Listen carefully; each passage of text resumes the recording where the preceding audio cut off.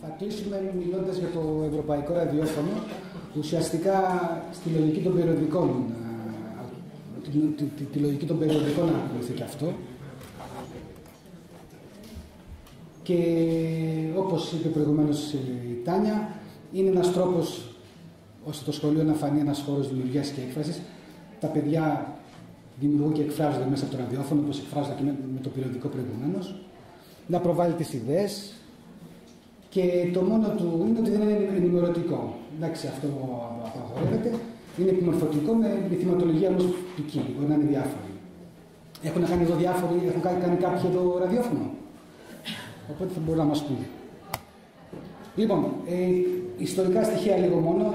Ξεκίνησε το 2009 σαν καινοτόμος δράση. Τα παιδιά που την ξεκίνησαν φτιάξανε μια εταιρεία, αυτή την επιστημονική εταιρεία European School Radio από πέρσι το χειμώνα, με έδρα στη Θεσσαλονίκη.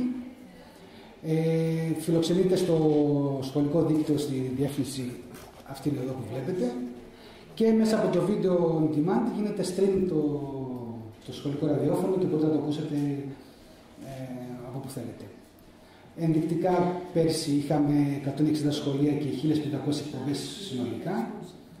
Πέρσι συντονιστής ήταν για πρώτη φορά ένα σχολείο από τα Καλάβρητα, όπου και έγινε το πρώτο σε φεστιβάλ τον Απρίλιο. Φέτος τρέχει ο διαγωνισμός Κάτω να ακουστεί και το δεύτερο φεστιβάλ θα διοργανωθεί εδώ τον Απρίλιο. Οπότε τα πράγματα δουλεύουν κανονικά, όποιος ασχολείται έχει πεδίο δόξης λαμπρών. Μιλάμε για ηλεκτρονικό... Ραδιόφωνο. Είναι τα παιδιά. Ουσιαστικά ο εκπαιδευτικός που θα ασχολείται θα πρέπει να κάνει χοντρά θέσεις δουλειές. Πρώτον, να ζητήσει πάλι δηλώσεις από τους γονείς. Τα παιδιά που θα συμμετέχουν στο ραδιόφωνο πρέπει να πάρουν τις άδειες. Αυτό που θα κάνει μετά, θα κάνει μια ηλεκτρονική αίτηση το σχολείο, είναι μια πολύ απλή φόρμα. Να αποφασίσει αν θα είναι εντός ή εκτός σχολικού προγράμματος. Δηλαδή, μπορεί να είναι είτε σαν μια περιβαλλοντική, είτε σε μια αγωγή υγείας, είτε στα project, είτε σε κάτι μια βιωματική δράση. Οπότε κολλάει παντού, πρωτοβάθμια, δευτεροβάθμια, γυμνάσιο, λύκειο. Το γνωστό, οι ομάδες και οι ρόλοι. Εντάξει, το να μάθουν τα παιδιά πώς δουλεύει ένα ραδιόφωνο, μοιράζουν ρόλους, έχει πολύ ενδιαφέρον για τα παιδιά. Θα διαλέξουμε την εκπομπή, τι είδους εκπομπή θα γίνει. Μπορεί να έχουμε εκπομπές οι οποίες θα είναι μεγάλες, ωριαίες, εκπομπές μικρές, τρίλεπτες και δεκάλεπτες. Οπότε διαλέγουμε ανάλογα στον χρόνο μας και τη διάθεση των παιδιών μπορούμε να διαλέξουμε ό,τι θέλουμε. Κάποιες ενέργειες πριν από την εκπομπή, από τον εκπαιδευτικό ουσιαστικά λίγο, τα γνωστά λίγο να μπορεί να χειρίζεται κάποια ειδικά προγράμματα, λίγο να οδηγήσει τα παιδιά πώς θα μελετήσουν τις πληροφορίες. Εντάξει, είναι ένας τυφλοσούρτης που θα ακολουθήσετε. Η ηχογράφηση μετά της εκπομπής και η υποβολή της. Η εκπομπή θα γίνει σε ένα αρχείο ήχου που θα το ανεβάσουμε στη διεύθυνση του σχολικού ραδιοφώνου. Τώρα τα γνωστά, τι κερδίζουν οι μαθητές. Είναι κάτι αντίστοιχο και με τα περιοδικά. Κερδίζουν, μαθαίνουν να γράφουν και να μιλάνε καλύτερα. Όλα αυτά που βλέπετε. Καλλιεργείται και δική τους σκέψη. Γίνεται κάποιος μαθαίνουν για τα media ακόμα περισσότερο για ειδικά θέματα πληροφορικής. Το πολύ φοβερό ότι έχουν πολύ μεγάλα κίνητρα για μάθηση. Δηλαδή παιδιά που είναι χαμένα στην τάξη εδώ ξαναγεννιούνται. Οπότε όσοι το κάνετε θα είδατε ότι καμία σχέση η τάξη με το ραδιόφωνο. Και τέλος μαθαίνουν και πώς γίνει η ραδιοφωνική παραγωγή. Μπορεί μέσα στο σχολείο σας να έχετε τον επόμενο, δεν ξέρω, να μην πούμε ονόματα. Για τους καθηγητές επίσης είναι πάρα πολύ καλό. Μερικά από αυτά που πιθανά θα κερδίσουμε σαν καθηγητές, σας σημειώνω εδώ μερικά. Επικοινωνούμε μεταξύ μας, παρουσιάζουμε τις δράσεις των σχολείων μας, προφανώς διευρύνεται η σχολική τάξη. Αυτό είναι το πολύ βασικό. Η τάξη γίνεται εύκολη για μας. Διαθεματική προσέγγιση της γνώσης, παράγεται υλικό, πρωτογενές υλικό από όλους μας και είναι και για μέσο για μας για μια επαγγελματική ανάπτυξη. Άμα χρειαστεί, άμα κάτι δεν πάει καλά στην εκπαίδευση.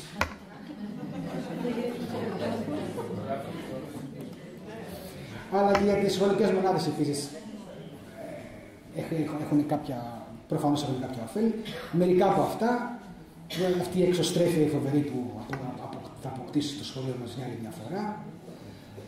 Θα συνεργαστούμε με διαφόρους, θα έρθουμε σε επαφή με φορείς, πιθανά με γονείς. Όλοι φαίνονται να είναι πολύ ευχαριστημένοι. Είναι έτσι ή όχι? Ναι. Ναι. Άρεσε στα παιδιά και να διαφημίσω και ένα πρόγραμμα, μια εκπομπή που θα κάνουμε μέσω του eTwinning από όλη την Ελλάδα, 11 σχολεία. Θα κάνουμε μια συνεργατική εκπομπή για την ιστορία του ραδιοφώνου.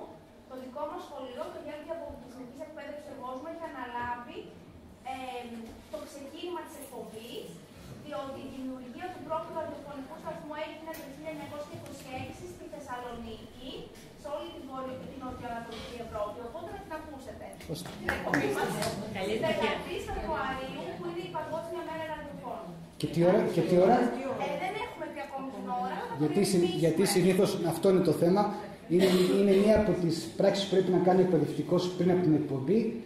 Έχει ένα παραπάνω ενδιαφέρον και αυτός και οι μαθητές να διαφημίσουν την εκπομπή τους. Και αυτό συνήθως γίνεται πέρα από την παρουσίαση που έκανε εδώ μέσα στην Άλβα, γίνεται μέσα από το site του σχολικού ραδιοφώνου. Ναι, το απόγευμα θα είναι, επειδή είναι συνεργατική με τόσα σχολεία στην Ελλάδα, πρέπει λίγο να όπως είχα πει προηγουμένως, διαλέγουμε σε ποιο τομέα θα κολλήσει το ραδιόφωνο. Μπορεί να είναι στο σχολείο, μπορεί να είναι σε ένα πρόγραμμα e-twinning.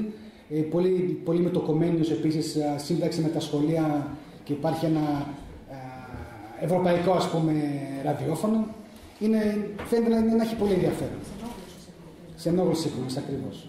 Λοιπόν, για να μην φοβάστε, δηλαδή, υπάρχουν λύσεις για όλα, αυτό σας έβαλα εδώ μέσα. Υπάρχει ένα email, είναι αυτή η επιστημονική εταιρεία που απαντάει. Δεν ξέρω αν είχατε προβλήματα, αν απαντούσαν πολύ γρήγορα ή όχι. Νομίζω ότι πρέπει να δουλεύουν καλά. Λοιπόν, οπότε αυτό είναι ένα καλό για να μην φοβηθείτε να το κάνετε. Skype, υπάρχει μια συγκεκριμένη ώρα κάθε εβδομάδα που κάνουμε Skype, κάνα 2 ώρο. Οπότε μπαίνετε στο Skype και τυχόν απορίες υποθέτω λύνονται. Το γνωστό ένα φόρουμ για ένα θέμα, ένα πρόβλημα, οτιδήποτε χρειάζεται, θα το βρείτε εκεί μέσα. Γίνονται αυτά της μόδας, τα webinars, δεν έχουν γίνει ακόμα φέτος, αλλά προγραμματίζονται τακτικά σεμινάρια πάνω στο ραδιόφωνο.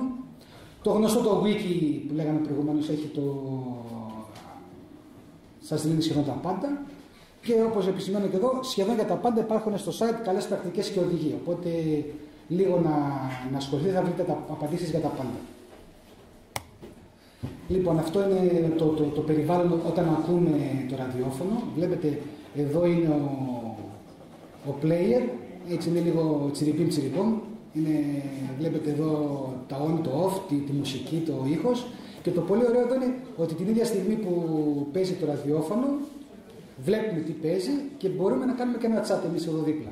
Οπότε τα παιδιά, δηλαδή όσοι το κάνουν, θα ενθουσιάζονται, και η Χριστίνα που το έκανε ενθουσιαστήκαν με αυτές τις δυνατότητες. Ένας μικρός χάρτης βλέπετε ότι έχει πολλά σχολεία σε όλη την Ελλάδα.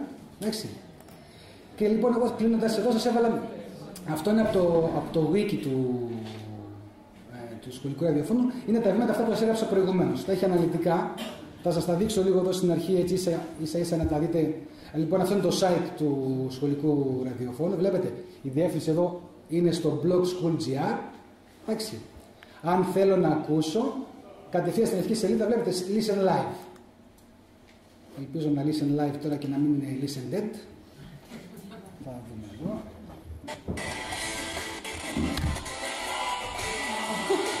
Rolling Stones, όποιος του αρέσει. Βλέπετε εδώ. Και εδώ να κάνω chat άμα θέλω. Με το που θα πω κάνω chat, θα μου πει ποιο λογαριασμό να χρησιμοποιήσω και να κάνω chat. Εντάξει. Ας το κλείσουμε εδώ. Να μην έχουμε. Πούμε αυτή τη στιγμή είναι από κάποιο σχολείο. Όχι, είναι εκπομπές, αυτές είναι μουσικές. Είναι το επόμενο που θα πω λοιπόν εδώ. Εδώ έχουμε το πρώτο πράγμα. Μπείτε όσοι θέλετε να ασχοληθείτε. Μπείτε, είναι πολύ απλό και πολύ καλά δομημένο το site. Δηλαδή βλέπετε εδώ κατευθείαν στο πρόγραμμα είναι οι μουσικές ζώνες. Άμα πάτε να δείτε τις μουσικές ζώνες, υπάρχουν μουσικές ζώνες που είναι μόνο μουσική και ειδικές ζώνες που είναι με τη θεματολογία. Όταν λοιπόν εμείς θα πάμε να κάνουμε θα πάμε να κάνουμε μια εκπομπή. Θα δείτε ότι θα μας το βάλει σε κάποια ζώνη. Βλέπετε εδώ στην αρχή στο πρωί παίζει ό,τι μουσική, ό,τι έχει προγραμματίσει ο συντονιστής, αλλά δεν είναι κάποιο σχολείο. Τα σχολεία μπαίνουν εδώ κάτω, από τις 4 και μετά. Εντάξει, αυτός ο σκοπός είναι να παίξει το σχολείο και το Σαββατοκυριακή από το πρωί. Εντάξει, προφανώς είναι ηχογραφημένες. Εννοείται. Λοιπόν, το βασικό είναι ηχογραφημένες. Το πρόβλημα είναι ότι αν θέλω να κάνω live, πρέπει λίγο να το μάθω λίγο στα παιδιά μου. Εδώ λοιπόν εδώ είδαμε στο σχολικό ραδιόφωνο, είδαμε λίγο το πρόγραμμα εκεί με τις ζώνες. Podcast είναι όλα τα αρχεία των εκπομπών, σαν μια βιβλιοθήκη, πάω και ακούω το πρόγραμμα του σχολείου μου που έκανα πριν 1 χρόνο. Και στο υποστήριξη έχω σχεδόν απαντήσεις για τα πάντα. Το wiki λοιπόν εδώ το φοβερό και τρομερό, το μεγάλο. Λοιπόν, είναι αυτά τα 7 βήματα εδώ που σας έδειξα προηγουμένως. Δηλαδή το πιο απλό, κάντε αίτηση. Θα βγει μια αίτηση εδώ, register, θα δείτε ότι είναι μια απλή φόρμα. Πάρα πολύ απλά, δεν χρειάζεται τίποτα να γίνει. Και θα... Λοιπόν, με την ίδια λογική, πώς συγκροτώ τη ραδιοφωνική ομάδα, τι εκπομπές θα κάνω φέτος. Όλα αυτά λοιπόν, αν θέλετε να ασχοληθείτε, δεν είναι τίποτα, μια ώρα δουλειά θα καταλάβετε που είναι πολύ απλά τι γίνεται. Αφού το κάνετε εδώ, δείτε τι πρέπει να κάνετε, δείτε ίσως τι προγράμματα θα πρέπει να δουλέψετε. Εντάξει. Γιατί το παιδί θα μάθει να δουλεύει ένα πρόγραμμα μίξης ή θα μάθει ένα πρόγραμμα που θα κάνει κανονικά virtual DJ. Αυτά, ενώ άμα το βάζει να το κάνει από μόνος του σε μία τάξη, πιθανά θα έλεγε άμα το πείτε να το μάθει για να κάνει μιξάρισμα την ίδια στιγμή την εκπομπή του, όλα θα πάνε καλά και δεν θα έχουμε κανένα πρόβλημα. Οπότε εδώ βλέπετε και επιλογές αν θα είναι ηχογραφημένη ή ζωντανή. Αν είναι ηχογραφημένη, έχει τι πρέπει να κάνουμε, αν είναι ζωντανή, έχει κάποιες καλές πρακτικές. Ουσιαστικά αυτό που καταλαβαίνω ότι για να κάνεις μια ζωντανή πρέπει τα παιδιά να έχουν πάρει πολλές ηχογραφημένες. Να έχουν μια άνεση και αν έχουν αποκτήσει αυτή την άνεση, γιατί όχι, θα μην τους την ευκαιρία να κάνουν μια ζωντανή. Φυσικά τη ζωντανή, προσοχή, είμαστε στον αέρα και ναι. Εγώ λειτουργήσα εντελώς ανάποδα. Ξεκίνησα από το εθελοντικό ραδιόφωνο, εμείς είμαστε στη Θεσσαλονίκη. Εγώ ξεκίνησα από το εθελοντικό ραδιόφωνο FM 100,6 που κάναμε μια χρονιά ζωντανές εκπομπές. Ναι, τα σχόλια που λένε διάφορα. Γίνεται και μετά τώρα κάνουμε τις ηχογραφημένες. Δηλαδή μπορεί να πάει και ανάποδα. Γιατί όχι, αλλά νομίζω ότι είναι πολύ καλή βάση. Δηλαδή κάποιος άλλος χειριζόταν κονσόλα αυτά. Τώρα εδώ, σε αυτή τη live, πρέπει να το κάνεις εσύ. Ναι, όμως είναι ηχογραφημένο από την NSA. Ναι, σου λέει, επειδή κάνω και εγώ, γι' αυτό σου λέω το live, πιστεύω ότι έχει μια... Το live, ναι, και εγώ νομίζω το πιο σημαντικό πέρα από αυτό που είπες είναι ότι είναι live. Πρέπει να ψάχνουν τα παιδιά τι θα πούνε στην αέρα. Εκεί γίνεται... Δεν μπορεί να το λέξει, αυτό είναι το βασικό. Δεν μπορεί να το λέξει άμεσα. Εκεί πιθανά πρέπει να παίξουμε πιο έξυπνα ίσως. Τηλεόραση θα βγάλουμε. Ορίστε. Τηλεόραση. Ούτως ή άλλως τα παιδιά στο YouTube, άμα δείτε, μας έχουν βγάλει πολλές φορές εδώ και δεν υπάρχει λόγος. Λοιπόν, εδώ στο wiki λοιπόν και τελειώνεις αυτό εδώ, έχετε ό,τι πιθανά απορία μπορείτε να κάνετε. Το forum, βλέπετε εδώ λέει forum. Εδώ λέει forum. Και καλές πρακτικές που είναι πολύ να δούμε τι κάναν τα άλλα σχολεία. Λίγο αυτό θα σας δείξω και θα κλείσω. Δηλαδή, να, ας πούμε εδώ είναι κάποιες καλές πρακτικές για κάποια σχολεία. Ας πούμε εδώ το συγκεκριμένο αυτό εδώ. Ουσιαστικά σας περιγράφει τη διαδικασία που ακολούθησε. Εντάξει, είναι μια καλή πρακτική. Τώρα από εκεί και πέρα είχαν πάρει σαν τίτλο το ραδιόφωνο. Λοιπόν, είδατε αυτό είναι ένα PowerPoint σε slide share, αυτό που λέγαμε προηγουμένως. Έτσι είναι PowerPoint αυτό εδώ. Λοιπόν, το πρόγραμμά τους, πώς το υλοποιήσανε, πώς κάνανε ένα wiki. Αυτό το wiki μπορεί να είναι καν το wiki του σχολικού δικτύου. Υπάρχουν wiki ελεύθερα, μπορείτε να τα κάνετε και από μόνοι σας. Εντάξει. Κάνουν ένα wiki για να αναπτύξουν το πρόγραμμά τους. Brainstorming για το πώς θα είναι ο τίτλος, πώς τη βαφτίσανε, κάποιοι κάνανε το λογότυπο. Δηλαδή μπαίνουν οι μαθητές και άτομα τα οποία πραγματικά είναι χαμένα στην τάξη, βρίσκουμε δεξιότητες που ούτε καν υποψιαζόμασταν ότι μπορούν να έχουν. Εντάξει. Λοιπόν, οπότε είναι πολύ απλό, μπαίνετε στο site, είναι όλα πάνω. Αν χρειαστείτε οτιδήποτε επικοινωνία και τεχνική υποστήριξη από παντού, μόνο λίγο δουλειά από εμάς αυτά τα προβλήματα που τυχόν θα αντιμετωπίσουμε. Δηλαδή, Δημήτρη, εκεί που μας έδειξε το timetable, το πίνακα, είναι ήδη προγραμματισμένες αυτά είναι ήδη προγραμματισμένες, γιατί στον τύπο των εκπομπών μπορούμε να επιλέξουμε αν η εκπομπή μας θα είναι, ας πούμε, εβδομαδιαία. Οπότε παίρνουμε την ευθύνη ότι κάθε εβδομάδα θα ετοιμάσουμε μία ώρα για το σχολικό ραδιόφωνο. Αν είναι η εκπομπή μας μόνο ώρα. Ή παίρνουμε την ευθύνη να είναι μηνιαία εκπομπή μας. Δηλαδή κάνουμε αίτηση για να κρατήσουμε χώρο. Κάνουμε αίτηση και κρατάμε. Βασικά εμείς λέμε θέλουμε να κάνουμε μια εκπομπή με αυτή τη συγκεκριμένη θεματολογία. Η συγκεκριμένη θεματολογία θα μπει στη συγκεκριμένη ζώνη στην οποία αναφέρεται. Εμείς θα προσπαθήσουμε να τη βάλουμε, θα μας ζητήσει το σύστημα 2 ημερομηνίες. Θέλουμε να τη βάλουμε εκεί και εκεί. Ο συντονιστής αυτός που ορίζει το πρόγραμμα θα προσπαθήσει να ικανοποιήσει την επιθυμία μας και αν δεν γίνεται να ικανοποιηθεί θα μας το βάλει σε μια κοντινή τέλος πάντων ημερομηνία. Η Χριστίνα έχει ένα τέτοιο πράγμα, ένα θέμα με την ημερομηνία. Ναι, εμείς θέλαμε να κάναμε μια χριστουγεννιάτικη εκπομπή, μουσική εκπομπή. Δεν είναι ανάγκη όλες οι εκπομπές να είναι ενημερωτικές ή να βασίζονται στα μαθήματα. Γιατί εγώ το έκανα στα πλαίσια του μαθήματος της πληροφορικής, οπότε με ενδιέφερε τα εργαλεία να μάθουν περισσότερο. Οπότε ζητήσαμε μια ημερομηνία πριν τις 22 για να μπορούν τα παιδιά να το παρακολουθήσουμε και να είμαστε κι εμείς εκεί. Αλλά τελικά μας δώσαν τα νούμερα τα Χριστούγεννα. Μπορεί να το αλλάξουν κιόλας, λέει Χριστουγεννιάτικη, είναι θεματική, αλλά ήταν έχει πάρα πολύ ενδιαφέρον τα παιδιά, τους άρεσε πολύ. Είναι δύσκολο όμως μία ώρα να βγει σε μία φορά, γι' αυτό λέω το ζωντανό.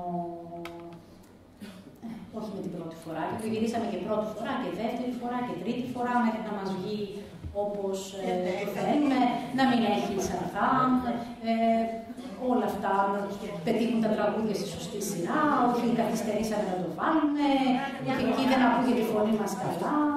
Πώς θα ζητήσει δηλαδή για μια φορά μια ώρα? Για μια φορά μία ώρα.